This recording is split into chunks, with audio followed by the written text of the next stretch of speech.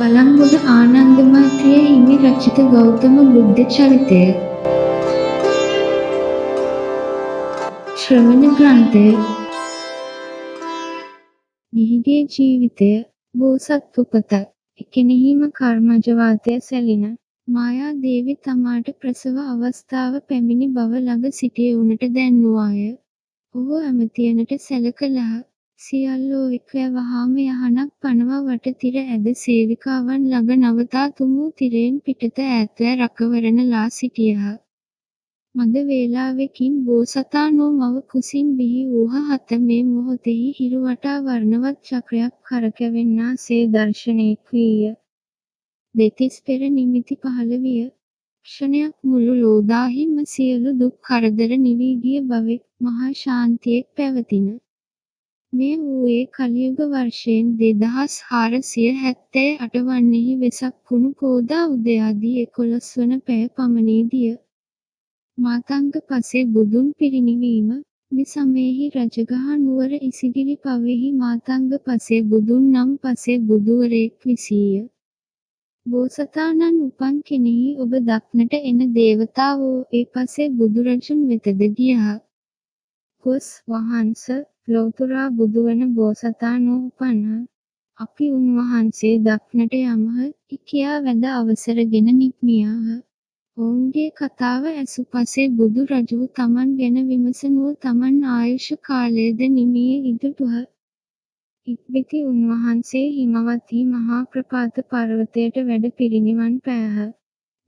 මේ අතුරුකප අන්තිම පසේ බුදු රජුය. දේව සන්නිපාතය බෝසතාණන් මව කුසින් බිහි වූ කෙනෙහි දෙවියෝ ලුම්බිණි උයනෙහි රැස්වූහ. ඔවුන් අතුරින් 4 දෙනෙක් බඹහු මව කුසින් බිහි වූ බෝසතාණන් රන් දැලින් පිළිගත්හ. ඔවුන් අතින් වරම් රජුද ඕනතින් ඇමතියෝද ඔබ පිළිගත්හ. බෝසතාණන් වහන්සේ ඇමතියන් අතින් බිමට බැස පියුම් පිට සත්පියක් වැඩ සත්වන පියවරෙහි සිට මම ලොවට අග්‍රයෙමි, ජ්‍යෙෂ්ඨයෙමි, ශ්‍රේෂ්ඨයෙමි, මේ මගේ අන්තිම අත්බවය. මෙයට පසු මට භවෝත්පත්තියක් නැත්තේ. අදාළාහ. පෙරලා කිඹුල්වත් පුරයට යෑම. මෙයට පසු කිඹුල්වත් පුරයෙන්ද දෙව්දහනු වරින් දැයි දෙපෙදෙසින්ම එක්රැස්ව සිටි නෑදෑයෝ බෝසතාණනුන් මෑණියනුත් මහ පෙරහැරින් කිඹුල්වත් පුරයට වැඩම කැරැවූහ. අසිත විසින් පැමිණීම ශුද්ධෝදන රජතුමා ලපැටි වියහිදී සිත් 4 උගත්තේ එවකට සිංහහනු රජුහට පුරෝහිතව සිටි අසිත දේවල නම් බමුණු පඬිවරයා ගෙනි සිංහහනු රජු කලුරිය කළ නොබෝ කලකින් හේතවස් පැවිද්දෙන් පැවිදි වූ රජගෙට නොදුරු උයනේ වැස ධ්‍යාන වඩා පංචාභිඥා හා අෂ්ට සමාපත්තීන් ඉපදවීය. හිතෙම කිසි විටෙක දෙව්ලොව ගොස් කිසි කෙනෙකු නැති ශුන්‍ය විමානයක රැඳී සමවත් සුවයෙන් කල් යවයි. බෝසතාණන් වහන්සේ උපන් දාද එතුමානෝ පෙර වරයෙහි රජගෙහිදී දන් වළඳා තව්තිසා දෙව්ලොව වැඩ කිසිම කෙනෙකු නැති ශුන්‍ය දිව්‍ය විමානයක ධ්‍යාන සමාපත්තියෙන් කල් ගෙවීය. ටික වේලාවකට පසු දඹදිවට සවස් වූ වේලෙහි සමාපත්තියෙන් නැගී සිටියහ. අටපිට බලනුව ගැයුම් වැයුම් ආදියෙන් සැනකෙළි කෙළනා දෙවියන් දුටුහ. දැක එයට කරුණු විචාලාහ. බුදුවන මහ බෝසතාණන් වහන්සේ අද කිඹුල්වත් නුවර ශුද්ධෝදන රජුගේ අගබිසෝ වූ මහා මායා දේවීන් කුසින් බිහි වූහ. එහෙයින් මෙසේ සැනකෙළි පවත්වමහ දෙවියෝ කීහ. තවුසානෝ එය අසා වහාම දෙව්ලොවින් නික්ම කිඹුල්වත් පුර පැමිණ සුදොවුන් මහරජුගේ මාලිගාවට වැඩියාහ. රජතුමා වඩිනා තවුසානන් දැක වහා අසුන් පනවා ඉදිරියට ගොස් වැඳ රජගෙට කැඳවා ගෙනත් අස්නක් පිළිගැන්වීය. තවුසානෝ හිඳගත්තාහුම මහරජ තොපට පුතෙක් උපන්නේලු. ඔබේ ඒ පුත්‍රයාණන් දක්නා කැමැත්තෙන් ආමහ සැලකළහ.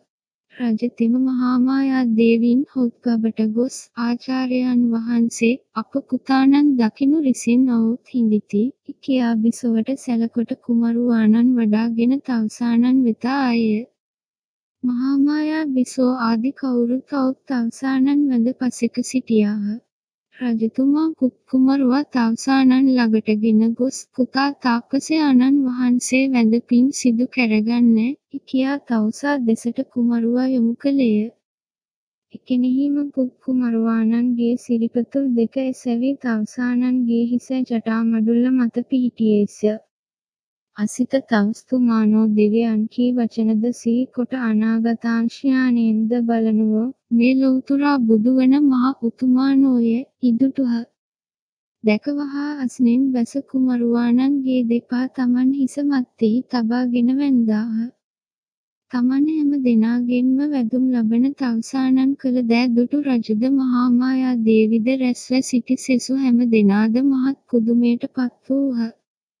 තවුසානෝ කුමරුවාණන් වඩාගෙන ශරීර ලක්ෂණද විමසනුවෝ දෙතිස් මහා පුරිස් ලකුණු දුටුහ.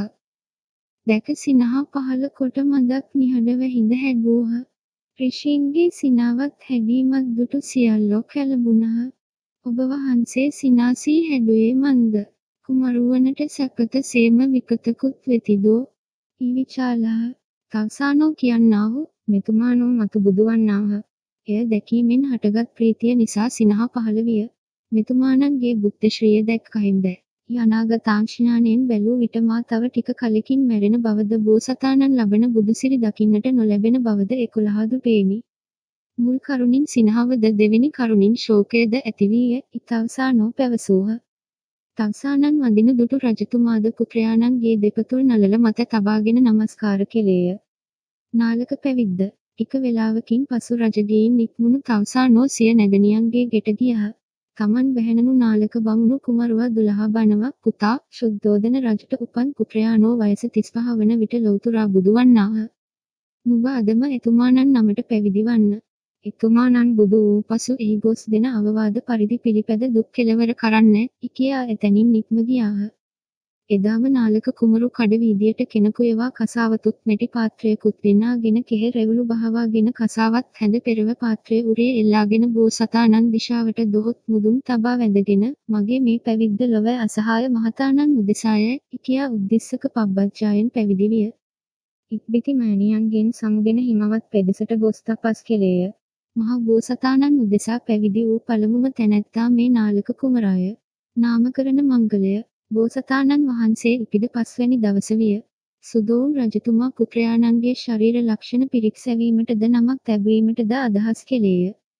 මෙසේ හේව්ගත් බමුණන් 108 දෙනෙකු ගෙනා අන්නපානාදියෙන් සත්කාර කොට තමා වුන් ගෙනු කාරණය සැලකෙළේය. ඔහුද මැනව ඉදිවිස තුමුම සාකච්ඡා කොට තම පිරිසෙහි වූ අග්‍රම පඬිවරුන් 8 දෙනාට ඒ කාර්යය පැවරූහ. ඒ 8 දෙනා වනාහි රාම, ගජ, ලක්ඛන, මන්ති, කොණ්ඩඤ්ඤ, භෝජ, සුයාම, සුදත්ත යන බමුණෝය. ඔහු බෝසතාණන්ගේ ගත ලකුණු විමසූහ. තමන් දත් ශාස්ත්‍රය පරිදි සිය නිගමනය පැවසූහ. මේ කුමාරයාණෝ ගිහිගේ රැඳෙන්නාහු නම් මුළු පොළොවම පාලනය කරන සක්විති රජෙක් වන්නාහ. ඉදින් ගිහිගෙයින් නික්ම ගියෝ නම් පැවිදිව ලෝතුරා බුදු වන්නාහි එදිලි දෙකක් ඔසවා රාම, දජ, ලක්ඛන යන තිදෙන කීහ. එහෙත් අනිත් මන්ති, කොණ්ඩඤ්ඤ, භෝජ, සුයාම, සුදත්ත යන 5 දෙනා කුමාරයාණන්ගේ ගත ලකුණු බලා එකෙදිල්ලක්ම ඔසවා මහරජාණනි අප දන්නා ශාස්ත්‍රය අනුව නම් මෙතුමානෝ කිසිසේත් ගිහිගේ නොරැඳෙන්නාහ. ගිහිගෙන් නික්ම පැවිදි වූ ලෝතුරා බුදු වන්නාහු මෙය නිශ්චිත කොට කීහ. ඉක්බිති පුතකු ලබම්හ ඊ බොහෝ කලක් රජු බලාපොරොත්තු වූ අර්ථය සිද්ධ කළ බැවින් සිද්ධ කළ අභිමතාර්ථය ඇත්තේය යන අදහස අනුව සිද්ධාර්ථ යන නම දුන්හ. මගේ පුත්‍රයාණෝ කරුණක් නැතිව ගිහිගේ හැර නොයති. කිමකින් කලකිරී ගිහිගේ හැර දමා යන්නේද? රජ ඇසීය. බමුණ තමන් උගත් මහා පුරුෂ ලක්ෂණ විද්‍යාව අනුව විමසන්නෝ මහල්ලකුත් ලෙඩකුත් මිනිහෙකුත් පැවිද්දකුත් දැකම ගිහිගේ හැර යන්නාහ කීහ. පුත්‍රයාණන් සක්විති රජක් වී සිටිනු දක්නටම අපේක්ෂා කළ රජතුමා ඒ පෙර නිමිති දැක්ම වැළැකූ විට ගිහිගේම රැඳෙතැ ඉසලකා එසේ කරන්නට ඉටාගත්හ. එතැන් සිට බෝසතාණෝ ගෝත්‍ර නාමයක් සහිතව සිද්ධාර්ථ ගෞතම නමින් ප්‍රකට වූහ. මහාමායා දේවීන් කලුරිය කිරීම බෝසතාණන් උපන්දා සිට මහාමායා ගෞතමී දේවීන් තොමෝ කිසිදු වෙහෙසක් දුකක් නැතිව සැපයෙන් කල් යෙව්වාය. ඕ අසිත ඍෂීන් විසින්ද ලක්ෂණ පාඨක බමුණන් විසින්ද තමන් පුත් කුමරුවාණන් පිළිබඳව කී අනාවැකි නිතර සිහි කරන්නේ සිය නැගණියන් වූ ප්‍රජාවති ගෞතමී ආදී නෑදෑ කාන්තාවන් හා ඒ ගැනම කතා කරන්නේ මහත්ම ප්‍රීතියෙන් කල් ගෙව්වාය. මෙසේ බලවත්ම ප්‍රීතියෙන් සතුටින් කල් යවන්නේ සතිය ගෙවුණු සත්වැනිදා රැයෙහි ඇසි පියාගත්තී යලි මේ සිරුරෙන් නොම නැගිට්ටාය. තුෂිත දිව්‍ය ලෝකයෙහි සොළසැවිරිදි දෙව් කුමරකුගේ බඳු වූ දිව්‍ය ශරීරයක් ඇතිව ඇස් හැරියාය. හෙවත් දෙව්ලොව දෙව් පුතෙක්ව උපන්නාය. හේ දෙවියන් අතර මාතෘ දේව පුත්‍ර මව් දෙව් පුත් නමින් ප්‍රකට වූයේ සියලු දෙවියන්ගේ මහත් ආදර ගෞරවයට පාත්‍ර විය. කිරිමවුන් සෙවීම සුදෝන් මහරජතුමා තම පුත්‍රයාණන් රැක බලා ගන්නට කිරිමවුන් සෙවීය.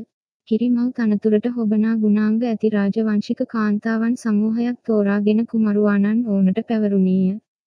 අපමගුල් උළෙල බෝසතාණන් ඉපිද 5 මසෙක් ගත විය. මේ සමයෙහි කිඹුල්වත් නුවර රොහිණී ගඟ අද්දර දිගටම පිහිටි රජුට අයත් විශාල කුඹුරයායේ වාර්ෂික හීහෑමේ මහ උළෙලට කාලය විය.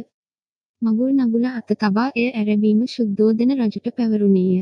උළෙල බලන්නට රැස්වන ජනයා සුදු වතින් සැරසී සුදු මල් පැළඳ එති. මහරජුද රජගෙහි තව බොහෝ ජනයෝද එහි යන්නට සැරසුණහ. රජුද පුත් කුමරුන් කිරිමවුන් බාරේ රන් සිලිගයකින් ගෙන්වාගෙන පිටත් විය. කුඹුර අද්දර මහා කමතේ වූ මහා දඹගස් සෙවණේ වට තිර අදවා උඩුරියන් බඳවා ඇඳක කුමරුන් හුවා රැක බලා ගන්නට කිරිමවුන් නවතා රජතුමා කුඹුරට බැස රන් නගුලක අත තබා සුබ මොහොතින් වැඩ ඇරඹීය. සේවකයෝ ගී ගයමින් හීහෑම පැවැත්වූහ. මද වේලාවකින් එය බලන්නට කිරිමව්වරුද තිරෙන් පිටත ආහ. මේ වේලෙහි බෝසතාණෝ ළඟ කිසිවකුත් නැති නියාව දැක නැගිට ඇඳෙහිම පලක් බැඳගෙන ආනාපාන සතිය වඩා ප්‍රථම ධානයට සමවැද වුන්හ.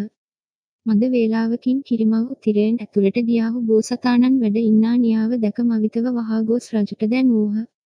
රජ අවුත් කුමරුන් සේ දැක විස්මිත වේ උපන් බලවත් සිනහස දරා ගත නොහැකි වූ කුමරුන්ගේ පතුල් ළඟ ඉස තබාගෙන පුතා නුඹ අදම බුදු වූයේද කියමින් වැන්දේය.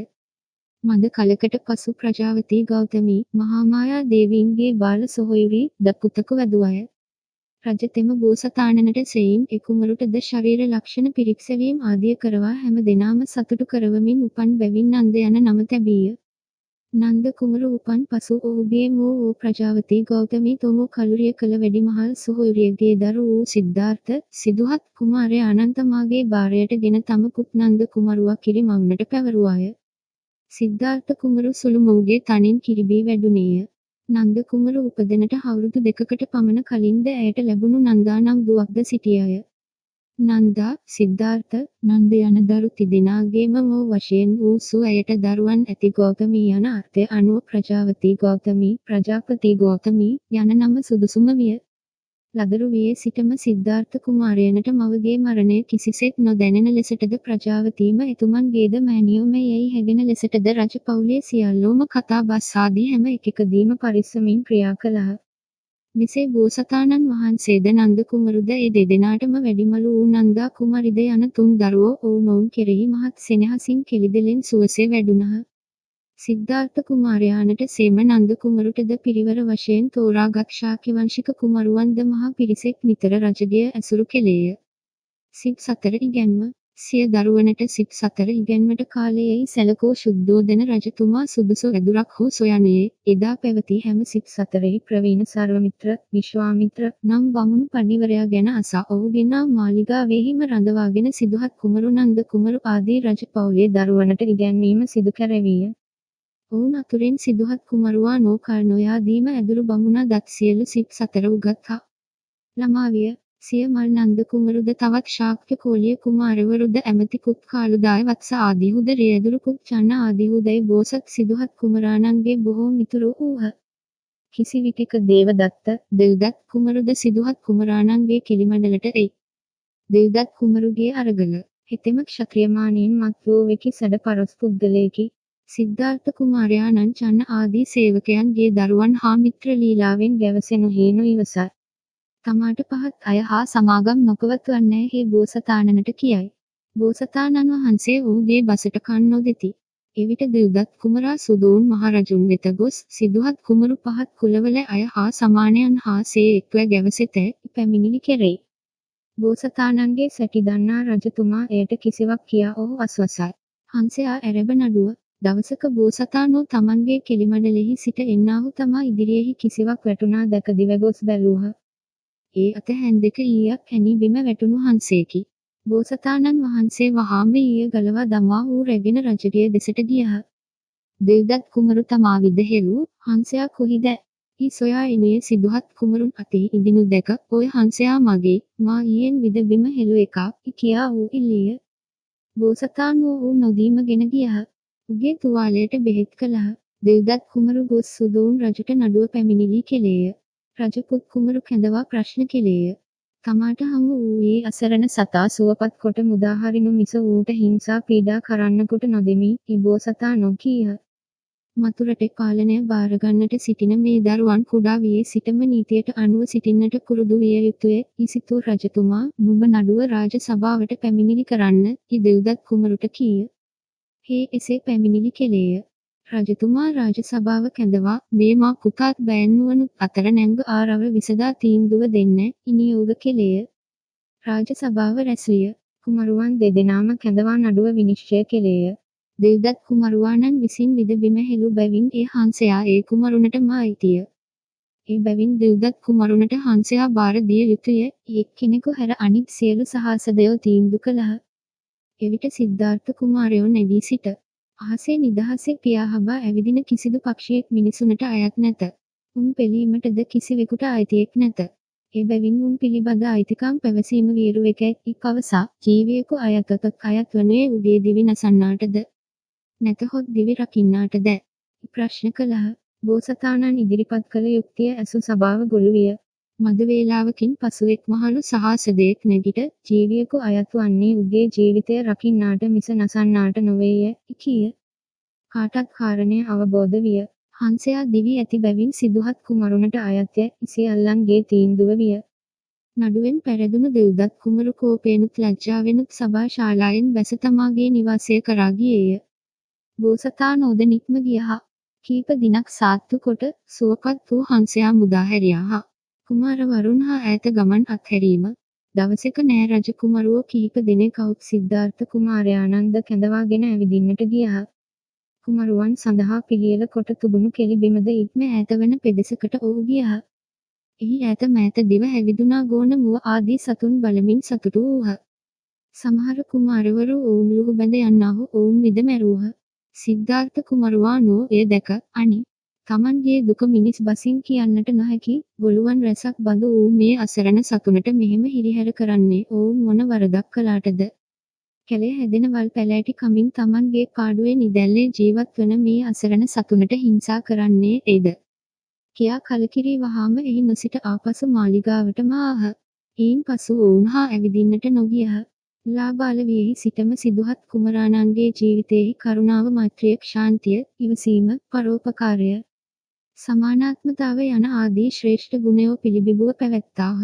බෝසතාණන්ගේ ගති පැවතුම් ඇසූ දුටු හැම දෙනාම ඔබ කෙරෙහි මහත් ආදරයක් ගෞරවයක් දැක්වූහ. බෝසතාණන්ගේ කීර්තිය හැම තැනම පැතිර ගියේය. මගධ රට රජය කරවන මහා පද්ම මහ රජද තම පුත් බිම්බිසාර කුමරු ලවා සිද්ධාර්ථ කුමාරයනට තුටු පඬුරු එවීම ආදියෙන් ඒ කුමරුවන් අතර මිත්‍ර සම්බන්ධයද ඇති කෙළේය. ලිච්ඡවී රජහුද විටින් විට බෝසතාණනට තුටු පඬුරු එවූහ. හැම රජකුගෙන්ම බෝසතාණනට සුබ හසුන් ලැබින. ප්‍රාසාද උතුරු දඹදිව කාලගුණය අනුව ශීත ඍතුව, ග්‍රීෂ්ම ඍතුව, වර්ෂා ඍතුව යයි ඍතු තුනකි. ශීත ඍතුවට අයත් මාස 4හි දැඩි ශීතයද ග්‍රීෂ්ම ඍතුවේහි සාර මාසෙහිම උෂ්ණයද වැසි සාර මාසෙහි නොතොර වැස්සද පවතී. එබැවින් සමහරු තමනට අහිතකර ඍතු ගුණය ඇති වූ විට ඈත පෙදෙස්වලට එති.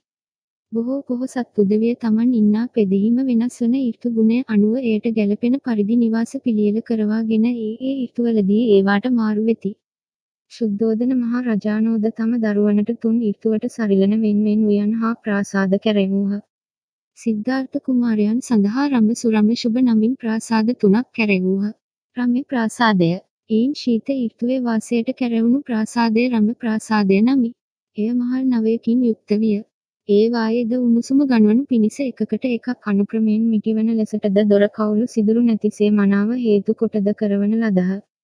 බිත්තිවල ඇවිලෙන මහා ගිනි දැල් සිත්තම් කැරවින. සියලු ගුමුතුරුණු කම්බ වස්ත්‍රවලින්ම සෑදෙවින. එහිදී පරිභෝග කැරෙන තිරවියන්ද සැට්ට හා හඳනා පොරෝනා වස්ත්‍රද හිස්වැලුම්ද කම්බල වස්ත්‍රවලින්ම කැරවුණහ. පහය තුළ උණුහුම ඇතිවනු පිණිස දොරවල්ද ජනෙල්ද දහවල් හැර තබන ලද්දහු රාත්‍රියෙහි වසා තබන ලදහ. සුරම්‍ය ප්‍රාසාදය ග්‍රීෂ්මත්වයෙහි වාසයට කැරවුණු පහය සුරම්‍ය නම් විය. එය පස් මහල්ය. එහි මහල්ද උසින් දිගින් පුළුලින් වැඩි කොටද, දොර ජනෙල් විවර සහිත කොටද, දැල් කවුළු ඇති කොටද කැරවුණහ. බිත්තිවල නිල් මහනෙල් මල්හෙළ පියුම් රත් පියුම් ආදි දියේ හට ගන්නා මල්ද හඳවන ලදහ. උමුතුරුණු තිරවියන් සැට්ට හඳනා පොරෝනා වස්ත්‍ර හිස්වැලුම් ආදිහු දුහුල් රෙද්දෙන්ම කැරවුණහ. ප්‍රාසාදය අවට තැන තැන ජලයන්ත්‍රිකා කැරවිණ. මෙයින් වැසි වනා සෙමෙහි සීම් නිතර පාහේ දිය දහර විදේ. තන්හි තන්හි මඩ පිරැව් ඔරු තබවා ඒවායේ පසුවනක් පියුම් වැවිණ. පහයේ දොර කවුළු දහවල්හි වසාද රාත්‍රිහි විවෘත කොටද තැබිණ. ශුභ ප්‍රාසාදය ඇසි සාරමසෙහි විසීම පිණිස කැරවුණු පහය ශුභ නම් විය. ඒ මහල් සතක් ඇත්තේ විය. ශීතයක් උණුහුමත් ප්‍රමාණවත්ව ඇතිවන්නට එහි මහත් වඩා මිටිත් වඩා උසුත් නොවන සේ මැදුම් පමණින් කැරවිණ. සමහර දොර කවුළු හොඳට හේත්තු වන ලෙසටද, සමහරෙක් ඒ තරම් හේත්තු නොවන ලෙසටද කැරවිණ. බිත්තිවල කිසි තැනක ගිනිජල්ද කිසි තැනක ජලජ පුෂ්පද සිත්තම් කැරවිණ. ඇතැම් දොරකවුළු දහවල් විවෘතද රාත්‍රියෙහි වසන ලද්දේද විය. සෙස්ස දාවල් වැසුනේද රාත්‍රියෙහි විවරුනේද විය. සිදුහත් කුමරානෝ මෙසේ වූ මේ තුන් පහයෙහි ඒ ඉතයෙහි වෙසෙමින් ඒවායේ නිතර පැවැත්වෙන නෘයගීතාදී දකිමින් අසමින් මහත් සිරි සැපතින් වැඩෙනාහු තරුණ වයසට පත් වූහ. ආවාහ මංගලය එක් දිනක ශුද්ධෝදන මහරජුත් සෙසු රජුත් මැතිවරුත් කිඹුල්වත් පුර සංස්ථාගාර ශාලායෙහි රැස්ව රාජ්‍යයෙහි කටයුතු පිළිබඳව සාකච්ඡා කෙරෙමින් වුන්හ. එහිදී මහලු ශාක්‍ය රජවරු ශුද්ධෝදන මහරජුට දේවයිනි නිමිත්ත පාඨකයන් කී පරිදි සිද්ධාර්ථ කුමාරයෝ දීගෙහි උසුවොත් චක්‍රවර්ති රජ කෙනෙක් වන්නාහ. පැවිදි වූත් බුදු වන්නාහ. ඔබත් අපත් පතනුයේ ඔවුන් චක්‍රවර්ති රජ කෙනෙකුන් වීමයි. මෙසේ වූ කල පෙරද චක්‍රවර්තීන් සිටි අපේ වංශය නොසිඳී දිගටම පවතින්නේය. අපි හැම සෙසු රටවල රජුන් විසින් මානිතද පූජිතද වන්නමු. එබැවින් කුමාරයනට ස්ත්‍රීගණයා සහිත කුමරියක පාවා දිය යුතු කාලය පැමිණියේය කීහ. එසේය කුමාරයනට සුදුසු කුමරියක සොයා බලන්නෑ මහරජු කීය. එහි සිටි රජෙක් මගේ දුව සුදුසුය කීය. සෙසු රජහුත් අපේ දුව සුදුසුය කීහ. එවිට ශුද්ධෝදන රජුරෝ සිද්ධාර්ථ කුමාරයෝ ලෙහෙසියෙන් අනුන්ගේ බසට නොනැමෙන කෙනෙක. එහින් පළමු කොට ඔවුන් කැමති කුමරිය කවරීද? ඉගොස් අසමු කීහ.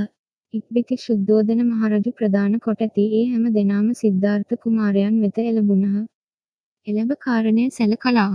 මම මෙයින් සත්වැනි දිනෙහි උත්තරයක් දෙන්නෙමි කුමාරයෝ කීහ.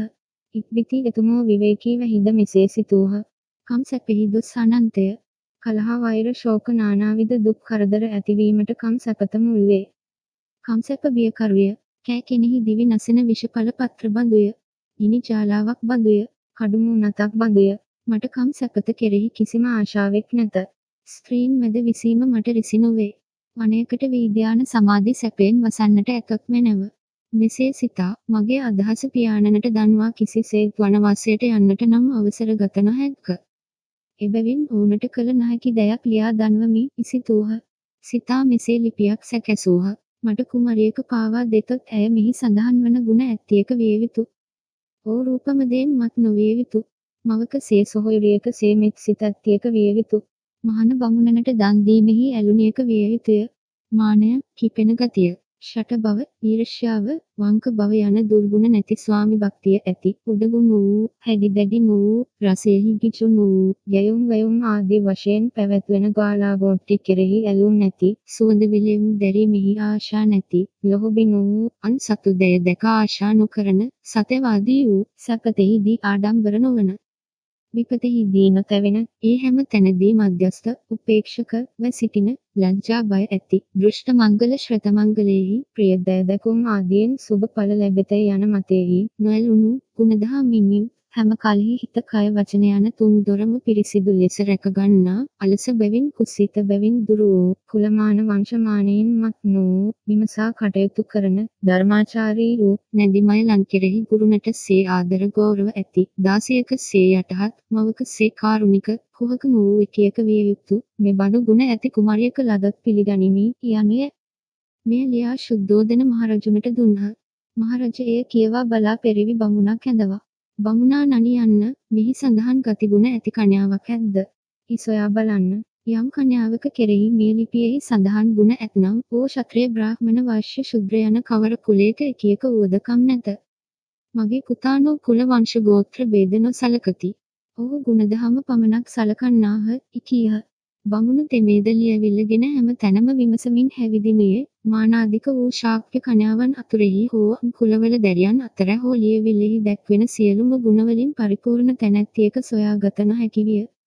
මුපස බැස තවදුරටත් සොයා හැවිදුනා. හෙතෙම එක් රාජවංශිකයෙකුගේ ගෙයකට පිවිසියේ පෙර නොදුටු විරු රූප සම්පත්තියෙන් යුත් කන්‍යාවක දිටීය. බමුණා දුටු කුමරි වහා ඉදිරියට අවුත් පෙරවි බමුණාගේ පාමුල වැටී දෙපා අල්ලා ඔබට කිමෙක් අවශ්‍යද? ඇසුවය. හේ ලියවිල්ල පෙන්වා ශුද්ධෝදන මහරජු පුත් සිද්ධාර්ථ කුමාරයා මේ ලියවිල්ලෙහි දැක්වෙන ගුණ ඇත්තියක ආවාහ කොට ගන්නට අපේක්ෂා කෙරෙති සැලකෙලේය. මේ කුමරී නම් යශෝදරාවෝය. ඕ ලියවිල්ල අතටගෙන කියවා බලා එහි සඳහන් සියලු ගතිගුණ තමා තුළ ඇතිනියාව දැක බමුණා නනි මෙහි සඳහන් හැම ගුණම මා කෙරෙහි ඇත. සිද්ධාර්ථ කුමාරයෝ මගේ ස්වාමීහු වෙත්තා. එය කුමාරයනට කියන්න. පහත් ගති ඇති කිසිවකු හා එක්ව මගේ වාසයක් නොවන්නේය යි කීවාය. මේ යශෝදරාවෝ සුප්‍රබුද්ධ රජුන්ගේ සුදෝන් රජුගේ සොහොයුරියකගේ දියණියෝය. බමුණානෝ ගොස් සුදෝන් මහරජුට යශෝදරාවන් පිළිබඳව තමා විමසා දත් සියල්ල සැලකලාහ. එවිට රජතෙම කුමාරයෝ දුරා සදහා ගුණදහම් හිම ඇලුනේය. ඇතැම් විට ස්ත්‍රීහු තමන් කෙරේ නැති ගුණද ඇතිසේ අගවති. එබැවින් කුමරියක තෝරා ගැන්ම කුමාරයනටම පැවරීම නුවණට හුරු යමම එයට උපායක් යොදමි. ඉකියා ස්ත්‍රී පළඳනා රාශියක් කරවා මේවා කුමරුන් ලවා රැසුන ශාක්‍ය කුමාරිකාවනට දෙවන්නේමීද මේවා දීමේදී යම් ඉකියක කෙරෙහි කුමරුව වැඩි සැලකිල්ලෙන් බැල්ම හෙළුවහු නම් ඇය පාවා දෙම ඉද සිතාගත්තේය. ඉක්බිති රන් රිදී මුතු මැණික් යොදවා ස්ත්‍රී පළඳනා රාශියක් කැරවීය. එයට පසු තව සතියකින් කපිලවාස්තුවෙහි සංස්ථාගාරශාලාවෙහි සිද්ධාර්ථ කුමාරයෝ පෙනී සිටින්නාහ. එහි එන සියලු දැරියනට තුටු පඬුරු දෙන්නාහ. ඒවා ලබනු කැමති සියලු දැරියන් එදා සංස්ථාගාරශාලාවට පැමිණිය යුතුය. යි හැමතැනම ඝණ්ඨා ഘോഷණාව කැරවීය. සත්වන දිනෙහි බෝසතාණෝ සංස්ථාගාරශාලාවට වැඩ තමනට නියමිත භද්‍රාසනයෙහි හිඳගත්තා. ශුද්ධෝදන රජද කවරනම් තැනැත්තියකට කුමාරයානෝ වැඩි සැලකිල්ලක් දක්වත්ද යි විමසා තමාට දන්වන්න යි රහසින් බලා සිටින්නට රාජපුරුෂයන් කිහිප දෙනෙකුද යෙදීය. කුමාරිකාවෝ එකියකට පසුව එකියක් දැයි පිළිවෙලින් කුමාරයාණන් වෙත ආහ. සිද්ධාර්ථ කුමාරයාණන් රූපශ්‍රීයෙන් අගපත් වුවද ඒ එක්කම පැවති තේජස නිසා ඒ කිසිම කුමරියක් කුමාරයාණන් දෙස කෙලින් බලනට නොසමත් වූවාය. බිම බලාගත් වනම අවුත් කුමාරයාණන් දෙන පඬුර පිළිගෙන වහා නික්මියාය. සිද්ධාර්ථ කුමාරයෝද තුටු පඬුරු දුන්නාහු නුමුදු ඒ කිසිද කුමරියක දෙස ඕනෑකමින් නොබැලූහ. මැදහත් බැල්මෙන් යුතුව ඒ හැම දෙනාටම තුටු පඬුරු දුන්හ. වටා ආසනවල හිඳ බලා සිටි ශාක්‍යධිපතිහු කුමාරයාණන්ගේ ඉරියව් දැක මේ නම් මහා පුදුම කෙනෙක. දෙව් කුමරියන් බඳු මේ තරම් රූසිරින් හෙබි මේ කුමරියන් දැකද ඕනෑකමින් බැල්මකුදු නොහෙළීය. සිනහම් පමණකුදු නොපෑයේය. කිසි කෙනෙකු විසිනුත් නමා ගත නොහැකි තද සිත ඇත්තෙක යෝමවුන් කතාබස් කළහ. සියලු කුමරියන් නික්ම ගිය නොබෝ වේලායෙහි යශෝදරාවෝ ආහ. අවුත් කුමාරයාණන් වෙත ගොස් ඔවුන් දෙස බලාගත් වනම පසෙක සිටියාහ. මේ වන විට දීමට පිළියෙල කැර තිබුණු සියලුම පළඳනා දී නිම වී තිබින. එහි යශෝදරාවනට දෙන්නට කිසිත් ඉතිරි නොවීය. යශෝදරාවෝ කුමාරයාණන් ළඟටම ගියාහ. ගොස් සිනාමුසු මුහුණින් යුතුව කුමාරයාණනි මට තුටු පඬුරක් නොදෙන්නහුද? ඔබෙන් යමක් පතා ආ මට සැලකිල්ලක් නොදක්වාද ඇසුවය. ඔබට නොසලකන්නේම් නොවෙමි. සියලු තුටු පඬුරු දී නිම විය. ඔබ ආවේ බොහෝ පරක්කු වී යැයි කියා සිනහා මුහුණින් යුතුව තමන්ගේ ඇඟිල්ලක තිබුණ ලක්ෂ ගණනක් අගනා මුද්ද ගලවා ඇය ඇතෙහි තැබුහ. මේ ඔබේ මුදුව පළඳින්නට මම සුදුසුද? ඊ ඇසුවාය. මෙය මා සතු මුද්දෙක. මෙය පිළිගන්න යි කුමාරයාණෝ කීහ. අපි ඔබ පළඳනා හැරගෙන ඔබ ඇඟිලි හිස් කරන්නට නොකැමැත්තම්හ. අපි ඔබ සුදුසු පළඳනායෙන් සරසන්නම්හ යි කියා යශෝදරාවෝ ගර්භුමන් දක්වා නික්මියාහ. සිදුවන දෑ රහසින් විපරම් කරමින් සිටි රාජපුරුෂයෝ ශුද්ධෝදන රජු වෙත ගොස් දේවයන් වහන්ස යශෝදරා කුමාරිකාවෝ කුමාරයන් වහන්සේගේ ඇසට ඉලක්ක වූහ. දෙදෙනා අතර මොහොතක් කිසි කතාබහක් දැවී යැයි සැලකලාහ. ශුද්ධෝදන මහරජ එය අසා ප්‍රීතව යශෝදරාවන්ගේ පියාණන් වෙතට ඔබ දුව මා පුත් කුමරාට පාවා දෙන්න යි දූතයෙකු යැවීය. යශෝදරාවන්ගේ පිය රජ ශුද්ධෝදන මහරජුට පිළිතුරු එවනුයේ ආර්ය ඔබේ පුත් කුමර රජගෙහිම සිව්මැලිව වැඩුණේය. සිව් සතර දන්නකුට මිස නො දන්නකුට අපේ කන්‍යාවෝ නොදිය යුතුහ යන්න අපේ කුල ධර්මයකි. ඔබ පුතා කිසිත් නොදනි. කඩු දුනු ආදිය පිළිබඳ වූ ශිල්ප රජකුමරුවන් විසින් උගත යුතුය. ඒ කිසිත් නොදන්නා ඔබ පුතුට කෙසේ මා දුව දෙන්නෙම් ද? කියා එවීය. මේ තම පුත්‍රයා සිව් සතර නොදනිතේ යන කතාව ඇසූ සුදෝන් රජ මෙයට කුමක් කරම්දෝ කල්පනාවෙහි ගිලී වුන්නේය. කෙසේ හෝ මේ කතාව සිද්ධාර්ථ කුමාරයාණට ආරංචි විය. කුමාරයාණෝ පිය රජු වෙත ගොස් පියාණනි මේ මුසුප්පුවෙන් ඉදිනේ ඒද? යසූහ. එය ඔබට උවමනා නැතැයි රජ කීය. කුමරුවාණෝ තුන්වරක්ම ප්‍රශ්න කළහ. එවිට රජ ඇත්තම කීය. පියාණනි මහා ශිල්ප ශාස්ත්‍ර අතින් තරග කිරීමට සමතෙක් මිහිපිට නැතැයි කුමාරයෝ කීහ. රජ සිනාමුසු මුහුණින් පුත ශිල්ප දක්වන්නට ඔබට හැකිද? ඇසීය. හැක්කෙමි ශිල්ප දන්න උන් රැස් කරවන්න. මම ශිල්ප දක්වන්නෙමි කුමාරයෝ කීහ. ශුද්ධෝදන රජ මෙයින් සත්වන දා සිද්ධාර්ථ කුමාරයෝ ශිල්ප දක්වන්නාහ. සියලු ශිල්පඥයෝ කිඹුල්වත් නුවර ශිල්ප දක්වන භූමියෙහි රැස්වෙත්වා ඉගණ්ඨාඝෝෂණාව කැරවීය. නියමිත දිනෙහි හැම දෙනාට පළමුවෙන් දේවදත්ත කුමාරයා සරබ බිම වෙත එන්නට නික්මුණේය. බෝසතාණනට සතුටු පඬුරු වශයෙන් ලිච්ඡවී රජයෙන් එවන ලද සුදු ඇත් පැටියද ඇත්බෝව තරග බිම දෙසට ගෙනෙන්නු වූහා. දේවදත්ත තෙම වූ දැක ඊර්ෂ්‍යාවෙන් මඩනා ලද්දේ ඌට වැරෙන් පහරක් දී ගියේය. ඇත් පැටියා එතැනම මැරී වැටුණේය. එහි එන කිසි කෙනෙක් ඇත්කුණ ඉවත් කිරීමෙහි සමත් නොවීය. මේ අතර සුන්දර නන්ද කුමරු මල ඇතා දැක අහෝ කර ඇති අපරාධයක සැටි කියා ඇත්කුණ පාරෙන් පැත්තකට ඇද දමා නික්ම ගියේය. හැම දිනාටම පසුව ආ සිද්ධාර්ථ කුමාරයෝ එතාට වූ දෑ අසා නන්ද කුමරු කළ සැටි සුදුසුවේ කියා මිය මෙතැන කුණු වූ පසු මුළු පෙදෙසෙහිම දුගඳ පැතිරෙත ඉද කියා එය ඔසවා නගර ප්‍රාකාරයෙන් පිටතට වීසි කළහ. ඇතු වැටුණ තැන ඇති වූ වල එදා සිට හස්තිගර්ථ නමින් හැඳින්වින. කුමාරයාණන් කළ දෑ දුටු ජනයා විස්මිතව ප්‍රීතියෙන් උද්ඝෝෂණ කළහ. ශිල්පඥයන් රැස් වූ පසු තරගය පැවතින. සිදුහත් කුමරුවෝ අක්ෂර ශාස්ත්‍ර සංඛ්‍යා ශාස්ත්‍ර ආදී ශාස්ත්‍ර සියල්ලෙහි අන්හැම පරදවා ජයගත්හ. එයට පසුදින් පැනූ කඩු සිත් දුනු සිපෑ ශිල්ප සම්බන්ධ තරගයෙන්ද සිද්ධාර්ථ කුමාරයෝම අන්හැම අභිබවා සාමර්ථ්‍ය දැක්වූහ. යශෝදරාවන්ගේ පියා සිදුහත් කුමරුවන් භාෂා ශාස්ත්‍ර ශිල්ප විද්‍යා විෂයන්හි දැක් වූ සාමර්ථ්‍යයෙන් පැහැදුනද ලපැටි වියේ කුමාරයන් පිළිබඳ අනාවැකි පැවසූ නිමිත්ත පාඨකයන්ගේ කතාවන් සිහිකොට කවරදාක හෝ මේ කුමරු ගීගිය හැර දමා පැවිදි වෙතැයි සිය දියණියන් පාවා දීමට මැලිවිය. එහෙත් එය පිටතට නො අඟවා යශෝදරාවනට තම අදහස් පිළිගන්වනු පිණිස ඇය ළඟට කැඳවා දුව. සිද්ධාර්ථ කුමාරයෝ කවරදාක හෝ ගීගිය හැර තපසට යන්නාහ. අසිතර්ෂිතුමාද නිමිත්ත පාඨක බමුණන්ද කීමේ අනාවැකිය ප්‍රකට එකක. නුඹ ඔවුනට පාවා දුන හොත් වැඩිකල් නොයාදීම කණවැන්දුම් වෙති. එබැවින් ඌ ආකාර බන්ධනයට කැමති නොවව කීය. පියාණනි මා සරණ යතොත් සිද්ධාර්ථ කුමාරයන් සමගමය. එතුමන් හිට පැවිදි වතත් එතුමන් කෙරෙහිම මිස අන් කිසිවකු කෙරෙහි නොවසමි ඉවෝතරේම කීවාය. සිද්ධාර්ථ කුමාරයෝද යශෝදරාවන්ම මිස අන් කිසිම කුමාරියක ආවාහ කොට නොගන්නෙමි කීහ. මෙසේ ඒ කුමර කුමරියන්ගේ සරණ මගුල කිසිවකු විසිනුත් වළක්වාලිය නොහැකි විය.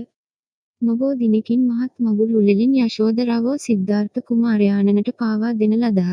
ඉක්බිති ශුද්ධෝදන රජුරෝ දෙදෙනාටම එක් විට කිරුල් පැළඳ වූහ. සිද්ධාර්ථ බෝසතාණන් වහන්සේත් යශෝදරා දේවීන් වහන්සේත් පෙර සිය දහස් ගණන් ජාතීන්හි එකට ඇසුරු කරමින් පැරුම් පිරීමට උනුනට උපකාරී වූහ. එයින් ඇති වූ ස්නේහය නිසා ඔහු එක්ව විසීමට කැමැත්ත ඇතිව සිටියත් කාමාසක්ත නොවී සෙනෙහබර සහෝදරයෙකුත් සහෝදරියකත් සෙයින් ඔවුනට උපකාරීව ලැබිව කල්ය වූහ. ශුද්ධෝදන රජද ප්‍රජාවතී ගෞතමීද මේ අලුත් රාජ රාජිනී දෙදෙනාට දුක් පිළිබඳ කිසිම හැඟීමක් ඇති නොවන ලෙසට අවශ්‍ය හැම දෙයක්ම සැපවූහ. යශෝදරාවන් රජගෙට එන්නට පෙර රජ පවුලේ පිරිසට වෙනමත් සේවක සේවිකාවනට වෙනමත් බොජුන් පිළියෙල කැරින. එහෙත් යශෝදරාවෝ එය වෙනස් කොට රජ පවුලට පිළියෙල කැරෙන රාජභෝජනයම එහි සේවක සේවිකා දාස දාසී හැම දෙනාටම දෙන්නට සැලසූහ. එදා රටේ සිරිත අනුව ශුද්ධෝදන රජ ගෙදරද දාස දාසී නමින් සේවක පිරිසක් සිටියත් ඔහු වහල්ලු නොවූහ. රජ පවුලේ හිත මිතුරන් සේ මහත් රුචියෙන් සේවාව කළෝ වූහ. රජගේ පමණක් නොව මුළු රටෙහිද හැම දෙනාම යශෝදරාවන්ගේ කරුණා ගුණය කෙරෙහි පැහැදුනාහ. කපිලවාස්තු පුරවැසි සියල්ලෝ යශෝදරාවනට තමන් හැම දෙනාගේ මවකට මෙන් මහත් ආදර ගෞරව දැක්වූහ.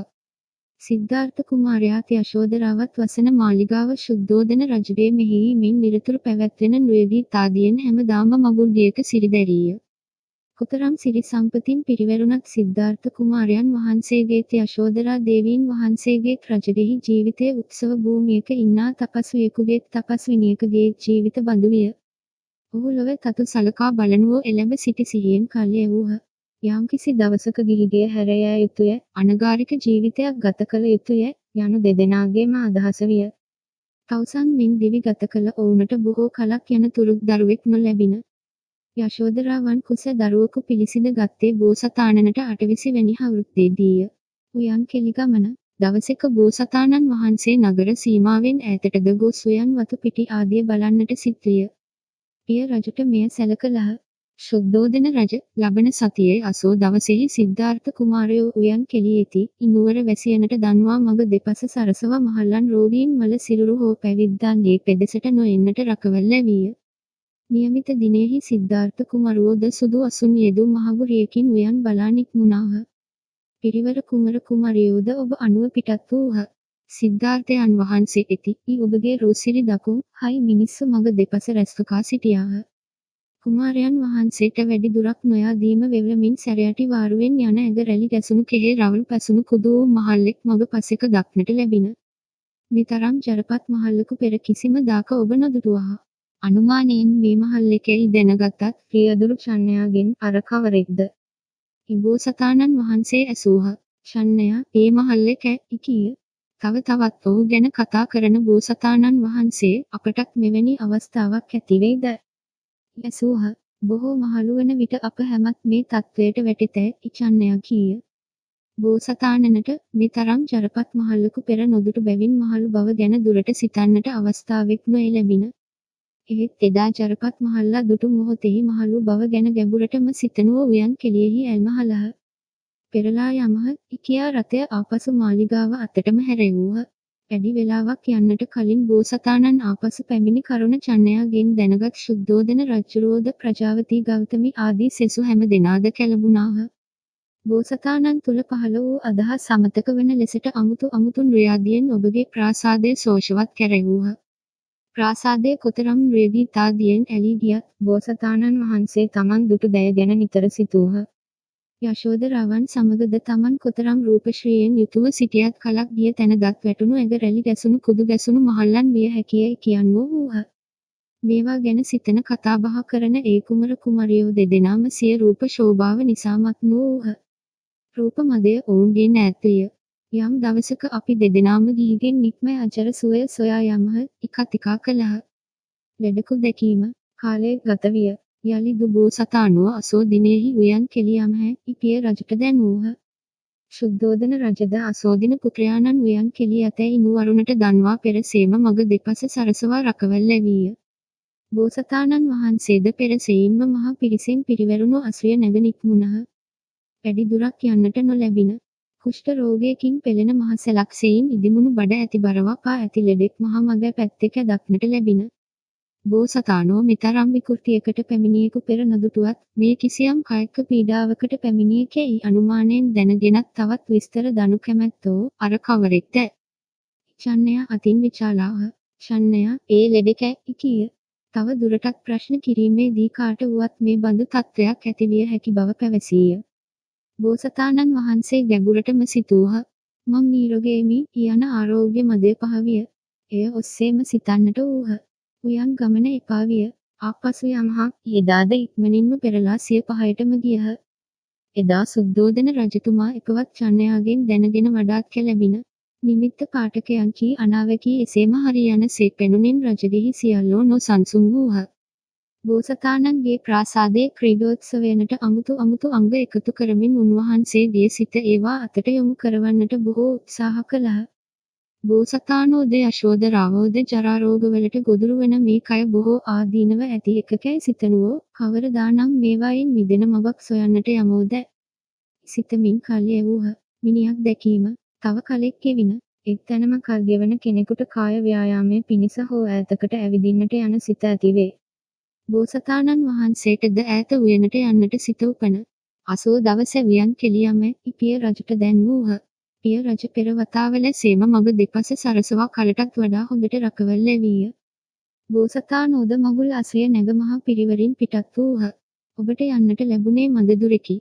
මහපාර පසෙක කට ඇරගෙන හෝන ඉදිමීනිල්ව ගිය නව දොරින් නික්මෙන පණු කැලන්ගෙන් වැසුණු මළ සිරුරකි.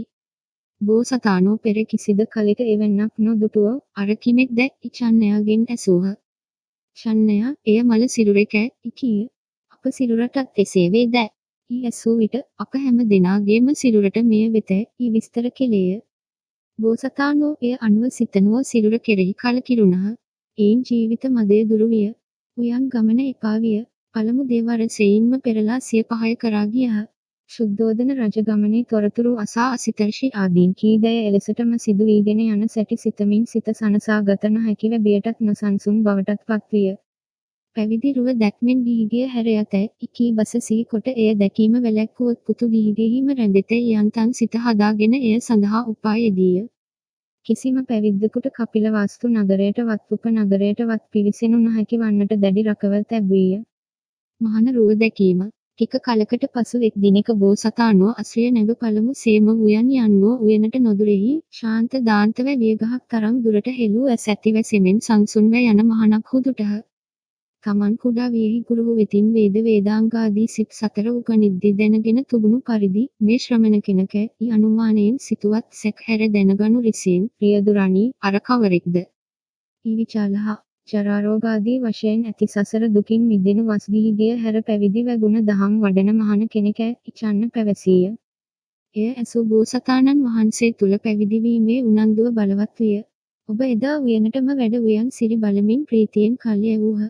මේ අතර ශුද්ධෝදන රජු විසින් එවන ලදුව එහි ඔව් සිටි කාළුදාය ඇමතියාගේ මෙහෙයුම් පරිදි නාටිකාවන් බෝසතාණන් සිත කංසුවේහි අලවනු පිණිස නොයෙක් ලෙසින් භාව විලාස පාමින් ක්‍රීඩා කළ නමුත් තමන් දුටු මහල්ලද රෝගියාද මළ සිරුරද සිහි කරන බෝසතාණනට ඔවුන්ගේ ඒ සියලු විලාස පෑම් දුගඳලේ මස් නහරින් බැඳුණු ඇටසැකිලි ගොඩක් කරන වියරුවක් සේ වැටහින. එහෙත් නිහඬව තමන් බලාපොරොත්තු වන පැවිද්ද ගැනම සිතමින් සිය පිරිවර කුමරුන් හා උයන් සිරි බලා පැවිදීම් ආදියෙන් දවස ගෙවූහ. සවස් විය. බෝසතාණෝ මඟුල් පුකුණට බැස නාගොඩ නැගුණාහ. එකෙනෙහි මඟුල් කපුවා පැමිණ ඔබ වස්ත්‍රාභරණයෙන් දෙව් රජක් කුසේ සැරසීය. බෝසතාණන් වහන්සේ කදඹුවන්ගේ පසඟ තුරු ගොසින්ද බමුණන්ගේ ස්තෝත්‍ර ගායනයෙන්ද පුදනු ලබනුව මඟුල් අස්රිය නැගුණාහ. එකෙනෙහිම සුදෝන් මහරජාණන් දූතයෙකු අතේ එවෝ යශෝදරාවනට පුතෙක් ලැබින යන හසනට කන් යොමු කළහ. රාහුලේ කුපන ඒ බන්ධනයෙන් පහළ වී යන වචන බෝසතාණන්ගෙන් කියවින.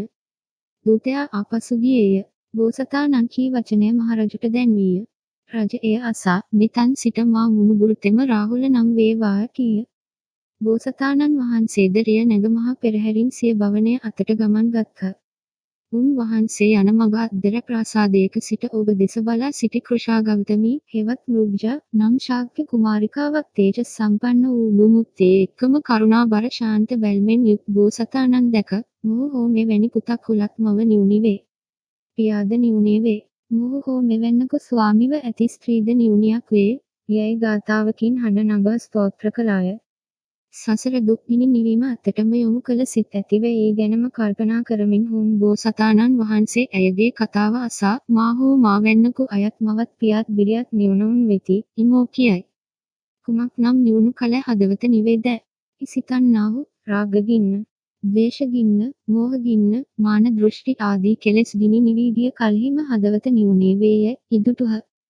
ඉක්බිති සියලු දුක්වල නිවීම සොයන මා සිතට ධෛර්යය දෙන හසනක් කෙවීමෙන් මා උනන්දු කළ මෙයට තුටු පඩුරක් යැවිය යුතුය. ඉසිතා ගෙල පලන් ලක්ෂයක් වටනා මුත්හර ගලවා ඇයට ගුරු පඩුරු කොට යැවූහ.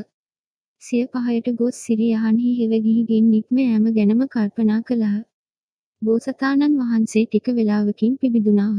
ගිහිගෙන් නික්මෙන්නට කාලය පැමිණියේය ඉසලැකූහ. එහෙත් මා හදා වඩා රැක බලාගත් මගේ සැප පහසුවද අභිවෘද්ධියද තකා පමන කළ නොහැකි මහත් ධන සම්භාරයක් වියදම් කළ රෑ දෙවේ මගේ යහපතම පතා නොපමණ වෙහෙස මහන්සි දැරූ මගේ කරුණාබර පියාණන් වහන්සේට නොදන්වා උන් වහන්සේගෙන් අවසර නොගෙන නික්ම යෑම අයුත්තේකි.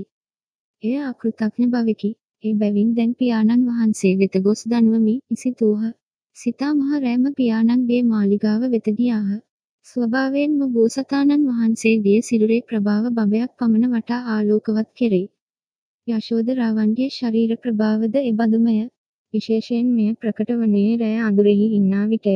බෝසතාණන් වහන්සේ පිය රජුන්ගේ පහයට ගිය කෙනෙහි ඔබේ ශරීර ප්‍රභාව පැතිර පෙදෙස ආලෝකවත් වූ විට රෑ පවා පුත්කුමරු ගැන නිතර සෝදිසියෙන් සිටි ශුද්ධෝදන රජ සේවකයන් බනවා කිමෙක්ද? රෑ පාන් වූයේද ඇසීය. නැත දේවයිනි, තවම මහ රෑය. රාජපුත්‍රයාණන් වහන්සේ වැඩිය සේකැයි සේවකයෝ කීහ. ශුද්ධෝදන රජතුමා යහනින් නැගිට අවුත් බෝසතාණන් පිළිගෙන පුතා මේ මහ රෑ මී ආයේ කිසි වුවමනාවෙක් ද ඇසීය. එසේය පියාණන් වහන්සේ ඉබෝසතාණෝ වදාළාහ. මොකක්ද පුතා වුවමනාව? පියාණන් වහන්ස මට දැන් ගිහිගෙන් නික්මෙන්නට කාලය පැමිණියේය. මට සමා වෙන්න. රටවැසියන් සහිත පියාණන් වහන්සේගෙන් සමාව යදිමි. මම පිටත්ව යන්නෙමි. පුතා හැයිද මේ නෑදෑ පිරිසත් රාජ සම්පතත් කීකරු රටවැසියනුත් හැර දමා යන්නට සිතන්නේ. ඔබට වුවමනා යම් දයෙක් ඇත්නම් ඒ සියල්ල සපයා දෙමි. මට වුවමනා දය සපුරා දෙතොත් මේ රජ සැප හැර නොයමි. සපයා දත හැකි නොවෙතොත් මට යන්නට අවසර ඇද්ද? මා විසින් සපයා දෙත නොහැකි කිසිත් නැත. සියල්ල සපයමි. ඒ කිසිවක් මට නොහැකි වී නම් එය සොයා යන්නට අවසර ඇත. එසේනම් පියාණන් වහන්ස මට අවශ්‍යව ඇති දෑ සතරකි. එනම් මහලු බව මට ඇති නොවේවා. මෙය මා ඉල්ලන එක් දයකි. යෝන් බව, මනා පැහැපත් තරුණ බව හැම කල්හිම මා කෙරෙහි වේවා. මේ මා ඉල්ලන දෙවෙනි දෑය. කිසිදු කලෙක මා සිරුරට රෝගයක් නොවැළඳේවා. මේ තුන්වෙනි දයයි. කිසිදු කලෙක නොමැරෙමුවා. මේ මා ඉල්ලන සතරවැනි දයයි. පියාණන් වහන්ස මෙසේ මහලු නොවන බව, සදා තරුණ බව, ලෙඩ නොවන බව, නොමැරෙන බව යන කරුණු සතර හැර මට අවශ්‍ය අන් දෙයක් නැත. මේවා සපයා දෙත හැකිනම් රජගිය හැර නොයමි.